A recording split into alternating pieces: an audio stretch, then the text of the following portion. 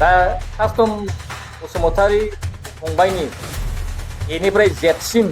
आङो गासिबो बाथ्राफोरखौ बिजिरगौ जे बड'फानि थैनाय सान जोनोम सानाव दिनैसिम 17 बोसोराव हाग्रामा महिलारिया बिथांनि थैनाय सान जोनोम सानाव खनबेसे बिबार बावैखौ बेखौ सोंग्रोना नायनाया मोजां। कास्टम मानगोनां हाग्रामा महिलारि बिथाङा बिर सिलागांनि थैनाय सानाव खनबेसे बिबार बावैखौ बेखौ सोंग्रोना नायोबा मोजां। जाय मानसियाल'नो 1-10-12 साननो रोङो बे मानसिया दिनै प्रमद बर'नि बाथ्राखौ नाम लानो समाया। बड'फानि बाथ्राखौ बादो प्रमद बर' केने बर'नि दैदेनगिरिफोरनि खोथाखौ मुंखौ कास्टम फंबाया लानोनो समाया। खुलुमबाय। गिबियावनो सोरजिथा क्रिएटिभिटी चेनेलाव नोंथांमोन बयखौबो बरायनानै लाग्रोनाय जालायबाय। बिटिसि बिसायख'थिया गेजेराव आरो माखासे दान एबा सानल' दंसै। दायो बिटिसिआव गुबुन गुबुन राजखान्थि दोलोफोरनि गावजों गाव नांज्लायनाय,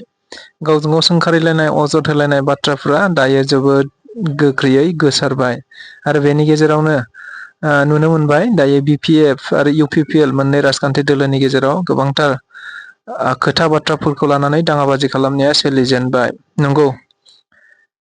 मिथिनो मोननाय बायदिब्ला दाखालि बावैसो सिगां बिपिएफनिनो सासे लाइमोन दैदेनगिरि अदेबानि दुलाराय बर' फरायसा आफादनि मोनसे समनि मिरुनि दैदेनगिरि कास्टम बसुमतारी बिथाङा खौरांगिरिफोरनि गेजेरजों बुंथिदोंमोन, जेराव बिटिआरआव बा बिटिसिआव बर'फोरनि गेजेराव बड'फानि एगेन्स्ट खामानि मावग्रा दं होननानै बुङोब्ला प्रमद बर'आल'नो सासे बड'फा उपेन्द्रनाथ ब्रह्मनि एगेन्स्ट मावग्रा होननानै बिथाङा बुंथिदोंमोन। जायखौ नोजोर बोनानैनो दायो आरो इउपिपिएलनिफ्राय मोनसे फिन जाथाय फोरमायनायखौ जों नुनो मोनदों। दिनैहाय दानि एसे सिगां इउपिपिएल राजखान्थि दोलोनिनो सासे बुंथिगिरि जन'गुजिर बिथाङा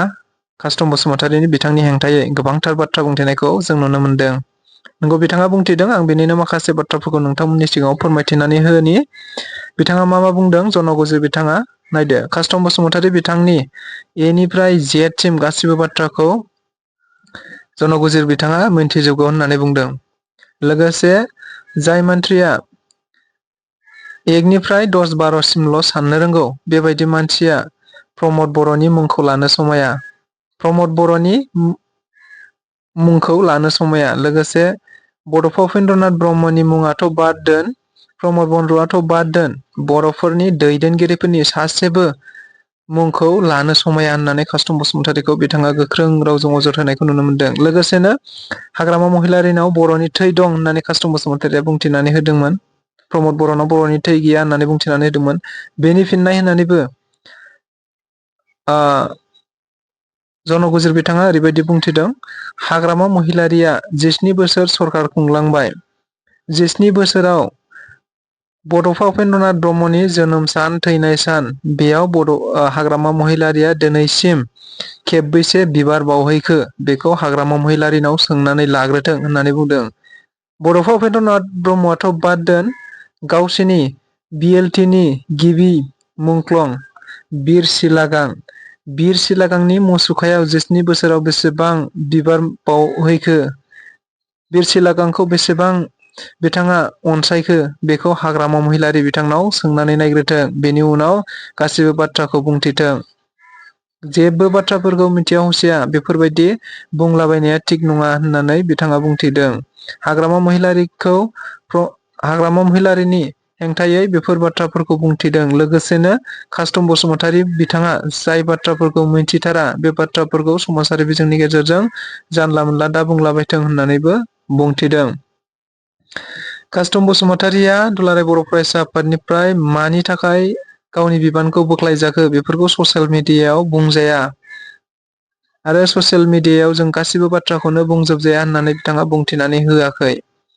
नंगौ, कास्टम बसुमतारीखौ जों बयबो मिथिबाय थादोंमोन। गोबां खौरां बिजोंफोरनि गेजेरजों बा गोबां सुबुंफोरनि गेजेरजों मिथिबाय थादोंमोन। कास्टम बसुमतारीया मोनसे समाव दुलाराय बर' फरायसा आफादनिफ्राय बिबान बोखारजादों, अदेबानि एंग्लाय जादों होननानै। दा बेफोर बाथ्राखौ गासैखौबो बिथाङा मिथिजोबगौ होनना बुंदों। नाथाय अब्लाबो समाजारि बिजोंनि गेजेरजों बिथाङा बुंथियाखै। बेनि अनगायैबो बड'फा उपेन्द्रनाथ ब्रह्मखौ प्रमद बर'आ बांसिन अनदों ना हाग्रामा महिलारिया बांसिन अनदों बेनि फारागथि होननानै जेरैहाय जन गुजिर बिथाङा बुंथिनानै होदों मोननैसो। प्रमद बर'आ सरकाराव फैनायनिफ्राय बर' भपेन्द्रनाथ ब्रह्मनि थाखाय बेसेबां खामानि मावदों बेखौ बुंनानै फोजोबनो हाया होननानै बुंदों। बेनि गेजेरावनो बिथाङा माखासे बिदिन्थिफोर होदों। जेरैहाय सरकाराव फैनाय लोगो लोगो प्रमद बर'आ बर' भपेन्द्रनाथ ब्रह्मनि मुङावनो दायो इन्जिनियारिं, APSC, UPSC फोरनि थाखाय फ्रि कचिं होगासिनो दङ। बेनि अनगायैबो डाक्टार, गुबुन गुबुन गोजौ थाखोनि सोलोंथाइ लानायनि थाखाय प्रमद बर'आ बर' भपेन्द्रनाथ ब्रह्मनि मुङाव बेबायदि सोलोंथाइफोरखौ होगासिनो दं। बेनि अनगायैबो दिल्ली बायदियाव, जायखौ जों सानस'नो हाया, बर' भपेन्द्रनाथ ब्रह्मनि मुंखौ गोजोरै लाखिनो थाखाय भारतनि केपिटेल दिल्ली बायदियाव बर' भपेन्द्रनाथ ब्रह्मनि मुङै मोनसे नाम खालामनाया दायो रेडि जाबाय होननानैबो बिथाङा बुंथिदों। बेनि अनगायैबो गोबांथार बर' भपेन्द्रनाथ ब्रह्मनि सायाव खामानि मावदों होननानै बिथाङा बुंथिदों। नाथाय हाग्रामा महिलारिखौ जुदि बर' भपेन्द्रनाथ ब्रह्मनि थै दङ होननानै बुङोब्ला, बर' भपेन्द्रनाथ ब्रह्मनि थाखाय हाग्रामा महिलारिया 17 बोसोराव मा मावदों बेफोर गासैफोरखौ स्टाडि खालामनानै, बेफोर गासैबो बाथ्राफोरखौ बियो मोजाङै मिन्थिजोबनानै समाजारि बिजोङाव बाथ्राफोरखौ बुंथों होननानैबो गोख्रों बुंथिनानै होदों। दा बेफोरनि भिडिअ क्लिप्स दङ, भिडिअफोर दङ। नोंथांमोनहा भिडिअखौ नायोबा आरो रोखासिन जाबोगोन। जन गुजिर बिथाङा कास्टम बसुमतारीनि हेंथायै दायो समाजारि बिजोंनि गेजेरजों माबायदि अजद होदों, जोङो नायबानो नुनो मोनगोन। इउथ BPFनि मानगोनां कास्टम बसुमतारी बिथाङा ससियेल मिडियायाव जिहेतु जोंनि मानगोनां बिटिआरनि CM प्रमद बर' सारखौ आरजाथारै माखासे बाथ्रा बुंनायनि थाखाय आङो दिनै माखासे फिन होनो थाखाय, बिनि जिहेतु रिएक्सन होनो थाखाय आङो फंनैसो बाथ्रा बुंनांगौ दं होननानै आं सानदों। आङो बिनिखायनो आं दिनै जिहेतु फंबाय कास्टम बसुमतारी बिथांनि जे बाथ्राफोरखौ लानानै बेवहाय मोननैसो बाथ्रा बुंनो नागिरदों। कास्टम बसुमतारी फंबाया एक्सुअलि जोंनि फंबाय बायदिमोन। जिहेतु बिथाङा दुलाराय बर' फरायसा आफादनिबो मोनसे समनि बिबानगिरि। दा कास्टम बसुमतारी फंबायनि एनिफ्राय जेडसिम आङो गासिबो बाथ्राफोरखौ मिथिजोबगौ। थेवबो आं किसुमान बाथ्राखौ मिडियानि गेजेरजों बाहाय बुंनांगौ होननानै आं साना, आरो बे खोथाफोरखौ मिडियायाव बुंनाया बारा थिग जानाय नङा होननानै आं सानो। दा जियानो जाथों, ससियेल मिडियायाव बिथाङा जिथु बाथ्राफोरखौ बुंबाय बले, दा दुलाराय बर' फरायसा आफादनिफ्राय बै समाव जिहेतु बिथाङा बिबाननिफ्राय जिहेतु बोख्लाय जादोंमोन, दा बिनि खिथेरखौ लानानै बिथाङा गोबां बाथ्रा बेवहाय दुलाराय बर' फरायसा आफादखौ एबा प्रमद बर' मानगोनां बिथांखौ बा जोंनि दैदेनगिरिफोरखौ बिथाङा गावनि खिथेर होखांनायनि मुङाव आरजाथारै माखासे बाथ्राफोरखौ बुंलाबायनानै बिथाङा टाइमखौ नस्थ' खालामबाय थादों। दा प्रमद बर' मानगोनां बिथांखौ बिथाङा बुंदों मा बड'फानि नाम लानो समाया। दा बिथांनि खामानि मावनायनि जे रिफारेन्स, बे बाथ्राखौ लानानै बिथाङा बुंनो नागिरो जे आङो ओंखायनो बिथांखौ बुंगोन, प्रमद बर' मानगोनां बिथांखौ जुदि बड'फानि मुं लानो समाया बिथाङा जुदि बुंदोंब्ला, दा कास्टम बसुमतारी फंबायनि 17 बोसोरनि BPFनि खामानि मावनायखौ बिथाङा एसे बोदलानानै जुदि बुङोबा, फोरमायोबा बेवहाय साबसिन जायो रायलायनो। दा बिथाङा बुंदों बड'फानि नाम लानो समाया प्रमद बर'आ। दा हाग्रामायावनो बिथाङा सोंनानै नायग्रोबा मोजां। प्रमद बर' मानगोनां बिथांखौ बुंदोंब्ला बिथाङा हाग्रामा महिलारिनाव सोंनानै नायग्रोदे जे बड'फानि थैनाय सान, जोनोम सानाव दिनैसिम 17 बोसोराव हाग्रामा महिलारिया बिथांनि थैनाय सान, जोनोम सानाव खनबेसे बिबार बावैखौ बेखौ सोंग्रोना नायनाया मोजां कास्टम फंबाया। बड'फानि जोनोम सान, थैनाय सानावथ' बाद दोनबाव, BLTनि फाउन्डार चेयारमेन सिलागां बसुमतारी बिथांनि जोनोम सान, बिथांनि थैनाय सानाव सासे BLTनि दैदेनगिरि मानगोनां हाग्रामा महिलारि बिथाङा बिर सिलागांनि थैनाय सानाव खनबेसे बिबार बावैखौ बेखौ सोंग्रोना नायोबा मोजां कास्टम फंबाय। नोङो मिन्थिया हसिया किसुमान बाथ्राफोरखौ दायो बुंनो जिथु लादोंबा जों बुंनो गोनां बाध्य जायो। जाय प्रमद बर'आ बड'फानि जोनोम सानखौ बिटिसिआव खुंथायाव फैनाय लोगो लोगो बड'फानि जोनोम सानखौ 31 मार्च फरायसा सान हिसाबै बिथाङा बिटिआरआव फालिजेनदों। दिनै फालियै फालियै सारा आसामाव जे 31 मार्च एबा फरायसा सानखौ आसामावनो दिनै फालिहोनो जों हाबाय। बेनि क्रेडिटखौ नोंथाङा मिथिगौना? सोरनि दारै दिनै सारा आसामाव सारा पृथिबियाव दिनै बे बड'फानि मुङा बोरै गायसनजाखो बे बाथ्राखौ नोंथाङा एसे साननानै नायदो। दिनै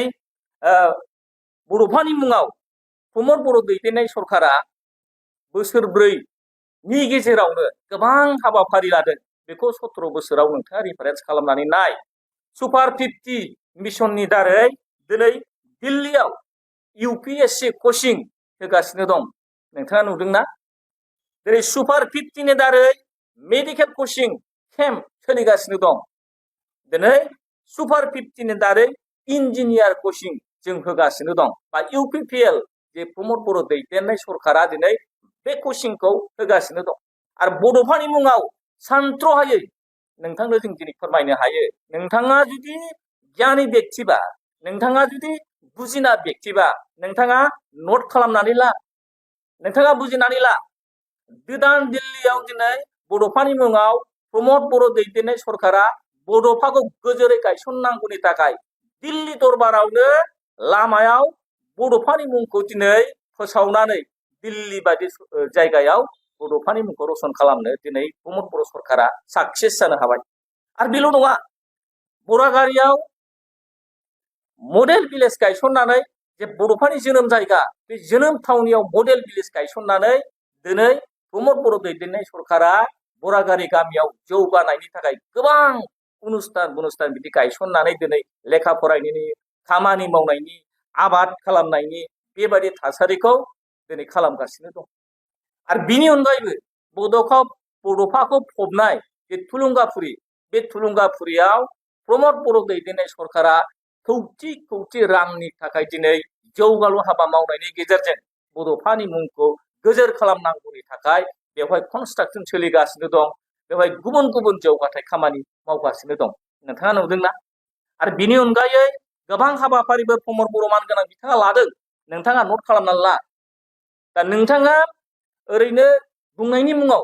राजनिति खालामनायनि मुङाव प्रमद बर'खौ माबा मोनसे बुंनानै राजनिति एबा माबा मोनसे भट आदाय खालामनो सानदोंबा बे खिन्थु जानाय नङा। दिनै बर' रायजो राजाफोरा प्रमद बर'नि महर मोखांखौ नायनानै प्रमद बर'खौ मोजां मोननायनि बाथ्रा गैया। बेखौ नोंथाङा मोजाङै मिथिना लानाया मोजां। प्रमद बर'नि महर मोखांजों नङा, मानगोनां प्रमद बर' बिथांनि खामानि मावनाय, बिथांनि जे एक्टिभिटिस, बिथांनि रायजो राजाफोरखौ आदर खालामनाय, बेजोंसो प्रमद बर' मानगोनां बिथाङा रायजो राजानि आंगो जानो हादों। नोंथाङा बे बाथ्राखौ मिथिनानै ला। दिनै नोंथाङा बुंदों जे बिटिआरआव, दा बिटिसि ओनसोलाव फोरोंगिरिखौ बुथारबाय। फोरोंगिरि बुथारनाया माखौ बुङो फंबाय कास्टम? नोंथाङा बेखौ मोजाङै क्लियारिफिकेसन होलाय। फोरोंगिरिखौ सोर बुथारदों? फोरोंगिरिखौ बुथारनाय होननाय सोदोबा माबोरै? बे बाथ्राखौ नोंथाङा मोजाङै क्लियार हो। जाय प्रमद बर' बिथाङा 200निबो बांसिन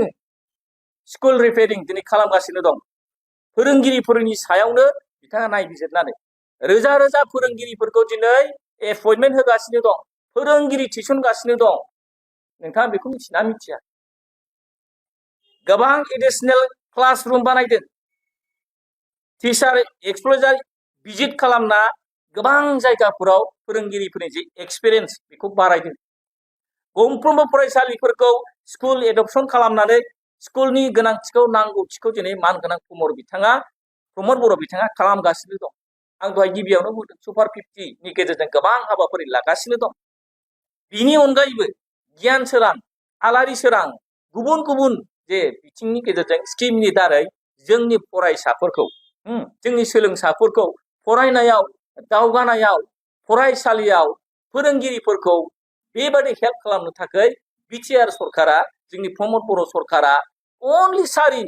4-5 बोसोरनि गेजेराव दिनै प्रमद बर' मानगोनां बिथाङा साक्सेस जादों। बेखौ नोंथाङा 17 बोसोराव नोंनि हाग्रामा महिलारि दैदेननाय सरकारा बेसेबां खामानि मावनो हादों, बिनि सार्टखौ नोंथाङा फरायनानै खोन्थालाय। कास्टम फंबाय दा बे बाथ्राखौ नोंथाङा इमोसन जानानै बुंनाङा मानसिया इमोसनजों थांनो नाङा नों साननो हागौ बिराद स्पिडआव बुङोबा बिराद गोब्राबै बुङोबा बिराद माने नोंखौ मोजां मोनगोन हाग्रामा महिलारिखौ बिराद माने मोजां मोनगोन नेबा आं बुंगोन 17 बोसोराव नों हाग्रामा महिलारि दैदेननाय बिफेबा दिनै जौ जुवा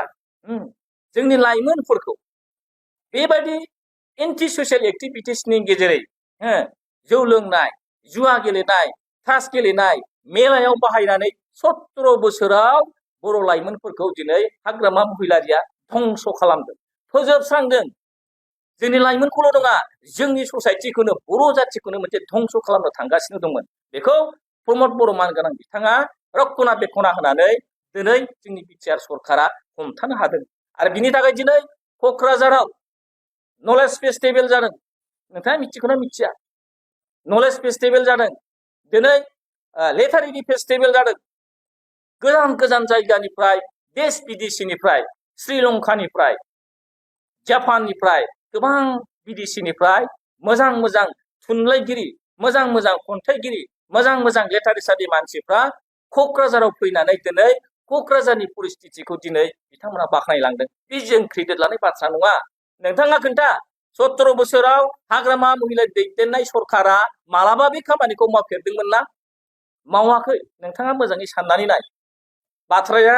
सालाय दं होननानै बुंबानो जाया 17 बोसोराव हाग्रामा महिलारि दैदेननाय सरकाराव मोजां मोजां फोरोंगिरि बुथारजादों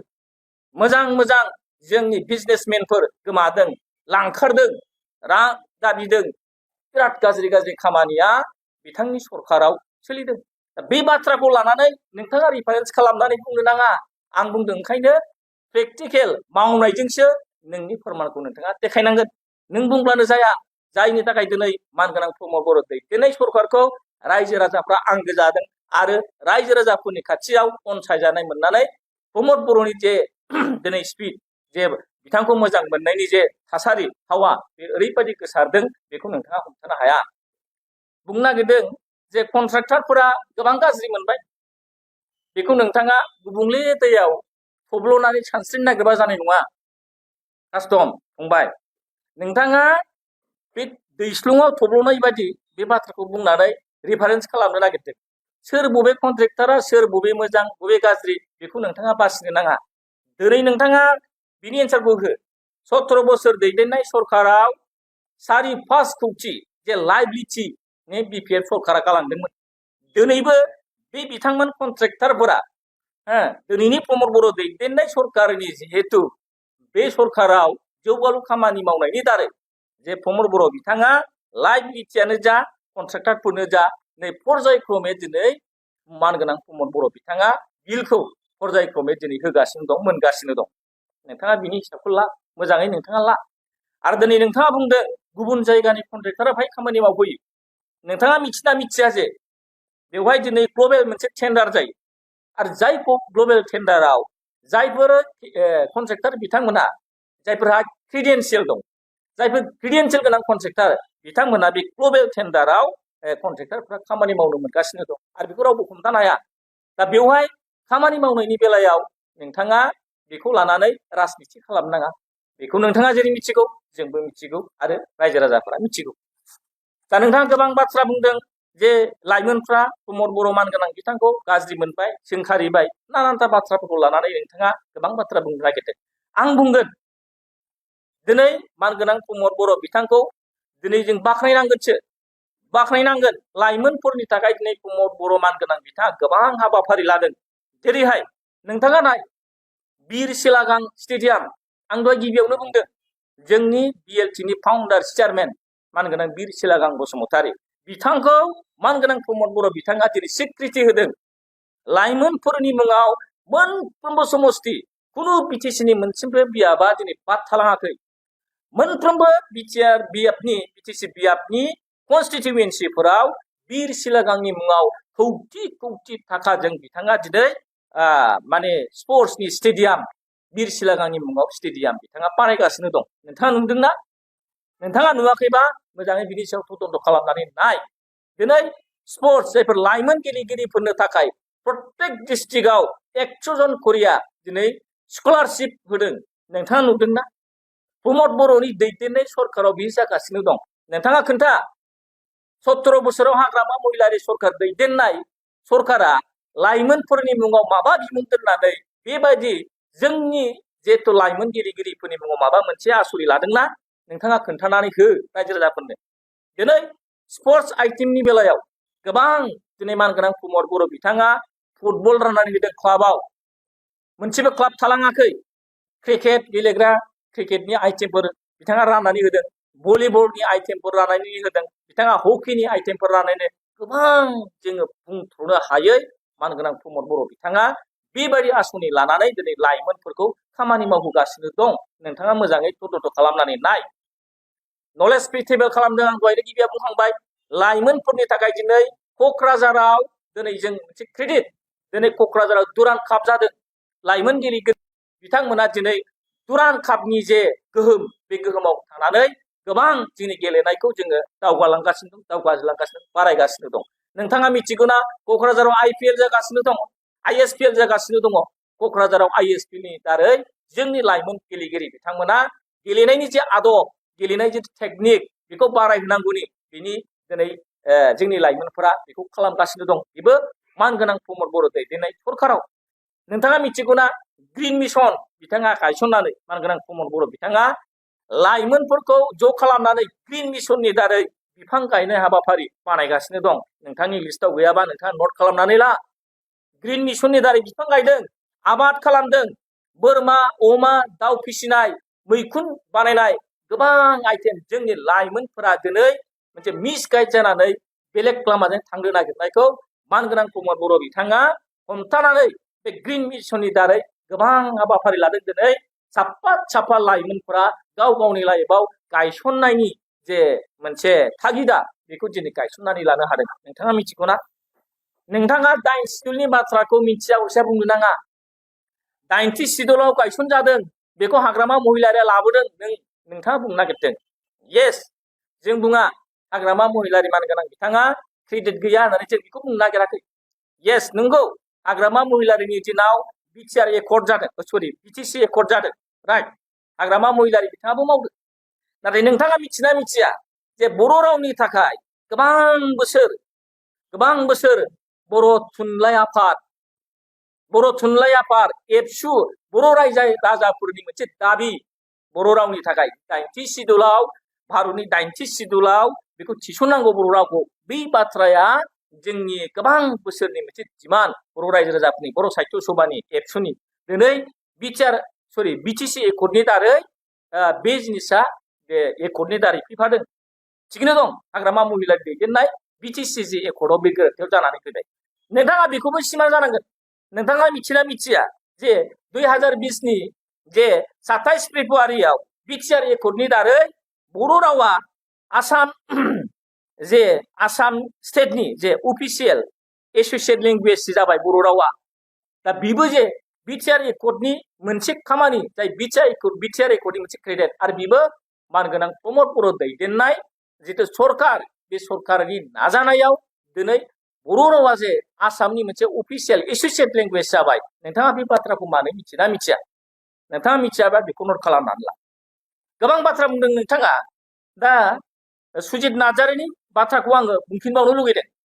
सुजित नार्जारिखौ सरकार जोबनोसैखाय गोसोखांदों प्रमद बर'आ ओरै खालामदों होननाय बाथ्राया खिन्थु बेखौ हाग्रामा महिलारि दैदेननाय सरकार बा BPF सरकारनि बै समनि बाथ्राखौसो जोङो गोसोखांफिननो गोनां जायो प्रमद बर'आ जुदि दिनै जेबो मावाखैब्ला 17 बोसोराव नोंथांनि BPF सरकारा मा मावना थाखो सुजित नार्जारिनि थाखाय नोंथाङा मा मावखो बेखौ खोन्थागोर नोंथाङा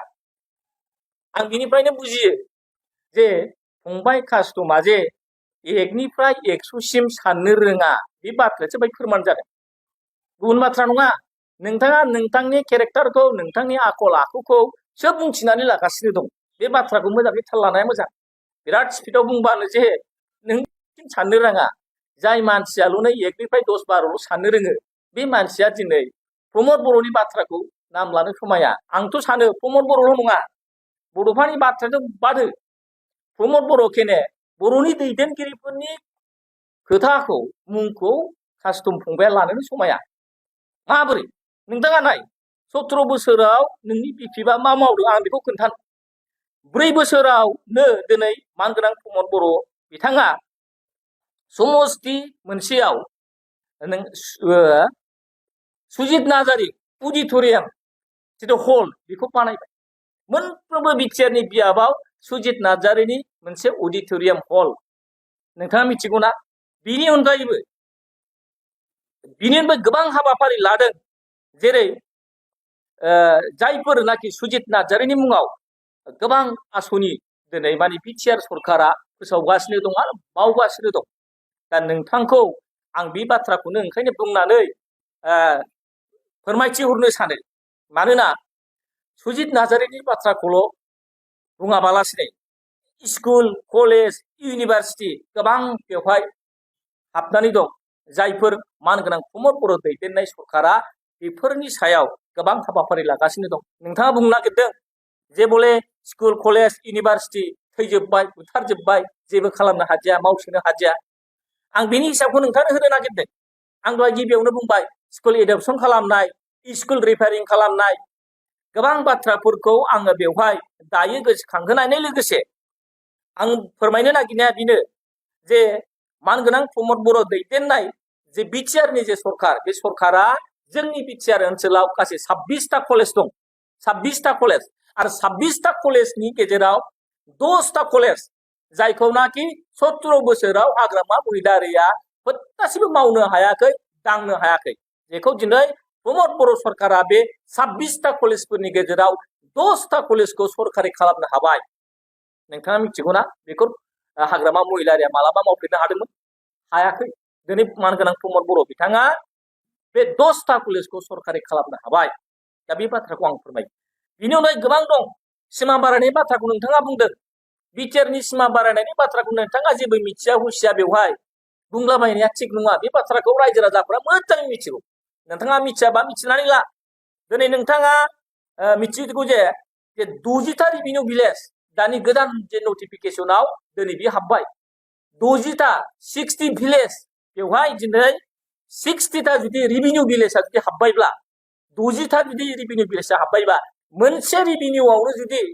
6टा 7टा जुदि सुबा भिलेजफोर जुदि बेवहाय दङब्ला होमबा 60टा रेभिनिउ भिलेजआव खयश'था खय हाजारथा गामिया दिनै भिलेजआ बेवहाय दिनै जोंनि बाउन्डारि सिङाव बिटिआरनि सिङाव हाबगोन नोंथाङा मिथिगौ ना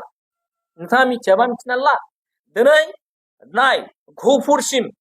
गहपुरसिम बाउन्डारि बारायनाय एक्सटेनसन जानाय लोगो लोगोनो बे गामिया रेभिनिउ भिलेजआ हाबनाय लोगो लोगोनो बिटिआरनि जे फ्रायबोफोर बिटिआर ओनसोलाव जानाय जौगालु हाबा बे हाबाया दिनै गहपुरसिम ओनसोलाव गोबां बिटिआरनि बायजो नोंथाङा जे खोथाखौ बुंदों बेवहायबो दिनै बिटिआरआ जे सिङाव हाबबाय बले जौगालु खामानि लामा दालां स्कुल फरायसालि गोबां बे जौगालु हाबाफारिया दिनै मावजागासिनो दं बिटिआर ओनसोलाव जिहेतु दा जे साख्रिनि जे इन्टारभिउ बे इन्टारभिउआवबो दा गहपुरसिम थानाय जोंनि थागिबि सुबुंफोरा बिटिआरआ बाउन्डारि बारायनाय लोगो लोगो बिटिआरनि जिहेतु बिटिआरनि सिङाव गोलैनाय जोंनि जे सात्रफोर दिनै लेखा गोरोंफोर व्यक्तिफोर बिथांमोना दिनै इन्टारभिउ साख्रिनि दिनै बिथांमोना बे इन्टारभिउ जिरायनो हाबाय बे बाथ्राखौ नोंथाङा मोजाङै मिथिनांब्ला दा आं बे बाथ्राखौ बुंनानै नोंथांखौ आं फोरमायबावनो सानो जे नोंथाङा गावनो सासे बिराद क्रिटिकेल मानसि आं बे बाथ्राखौ बुंनो गोसो गैया मानोना आं दहायनो बुंदों जे ससियेल मिडियायाव बे बाथ्राखौ बुंनानै मोजां जानाय नङा होननानै आं बे बाथ्राखौ बुंबाय थादों जे गावनो सासे क्रिटिकेल नोंथाङा बे बाथ्राखौ गोसोखांनानै ला नोङो पार्सनेल लाइफआवनो जेबो गैया नोंनि न'खरा नों पार्सनेल लाइफआव नों धंस जाबायमोन नोंखौ जों दोनखोमादों नोंखौ जोङो लाखोमादों जे नोंथाङा गावनि पार्सनेल लाइफआवनो न'खर संसार धंस जानो थांगासिनो दंमोन बेखौ नोंथाङा खोन्थानानै ला मा खारनाव एबसुनिफ्राय बिबाननिफ्राय बोख्लायजाया बेखौ नों हारसिं बुंनानै लानायसाय मा खारनाव नोङो बोख्लायजागोन जाय मानसिया पार्सनेल जिउआव जेबो गैया जाय मानसिया गावनो धंस बे मानसिया सोरबा प्रमद बर' सोरबा बड'फा सोरनिबानि नामखौ लानो नों समाया आरो दिनै आं ओंखायनो बुंगोन जाय व्यक्तिया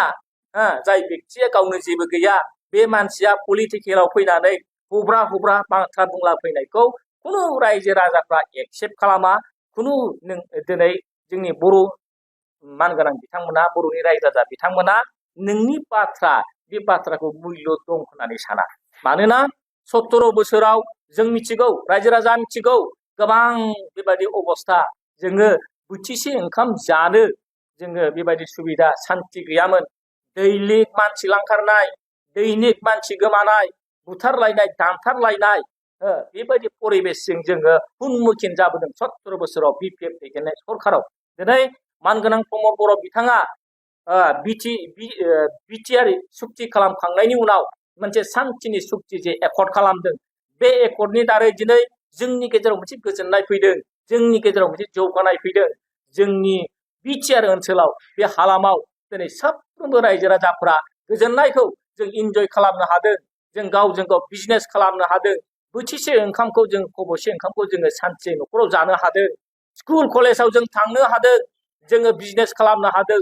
मैगं फाननानै जाग्राफ्रा मैगं फाननानै जादों न' गैजायै मानसिफोरा न' मोनदों हा गैजायै मानसिफोरा हा मोनदों बेखौ सोर खालामदों मानगोनां प्रमद बर' बिथाङा खालामदों नोंथाङा मिथिनानै ला 17 बोसोराव हाग्रामा महिलारिया गांसेबो हा फाट्टा राननो हायाखै हानि डकुमेन्टस होनो हायाखै बेखौ प्रमद बर' सरकारा बोसोरब्रैनि गेजेरावनो दिनै 2-2.5 लाखनि बारा दिनै हा फाट्टा रानगासिनो दं नोंथाङा मिथिगौ जे PMAY 2-2.5 लाखनि बारा दिनै मानगोनां प्रमद बर' दैदेननाय सरकारा PMAY होदों नोंथांनि बिपिएफ सरकारा 17-18 बोसोराव दिनै 40-50 हाजारनि बारा नोंथांमोनहा बेबायदि रायजो राजा गोरिब दुखिया मानसिनो न' होनो हायाखै बिनि हिसाबा जोंनाव दं जों ओरैनो बुंलाबाया गासिबो जों खावलायो नोंथाङा जोंनि मानगोनां प्रमद बर' बिथां प्रमद बर' दैदेननाय बिटिआरनि CM मानगोनां बिथाङा दिनै जिबायदि लेभेलजों थांगासिनो दं जे जों रुटजों जों थांगासिनो दं बर' रायजो राजाफोरनि जौगानाय गोजोन खौसेथि हाजार हाजार लाख लाख मानसिफोरनि अनसायनाय मोननानै दिनै मानगोनां प्रमद बर'आ मोनसे मोजां जे सरकार बे सरकारखौ खुंगासिनो दं बेवहाय नोंहा बुंनायनि जेबो हाद गैया मानोना नोंथाङा गाव हारसिङैनो बिथिक्रम जानानै जोबस्रांनाय मानसि दा नों बायदि सासे मानसिया मानगोनां प्रमद बर' दैदेननाय सरकार एबा पार्सनेल प्रमद बर' मानगोनां बिथांखौ बुंलाबायनाय अश्लील भाषाजों बिथांखौ अपमान होनो नागिरनाय आरिनाय राजनिथि आदाय खालामनाय बे जेबो मिन खालामा बरंस नोंथाङा मानगोनां प्रमद बर' बिथांखौ बिदि बुंबाय थानायनि गेजेरजों नोंथाङा गाव हारसिङैनो नोंनि मान सन्मान जाखिनि बासिनानै दंमोन जा एसे मान सन्मान दंमोन बेखौबो नोङो डेस्ट्रय खालामनानै नों फोजोबस्रांनानै लानो थांगासिनो दं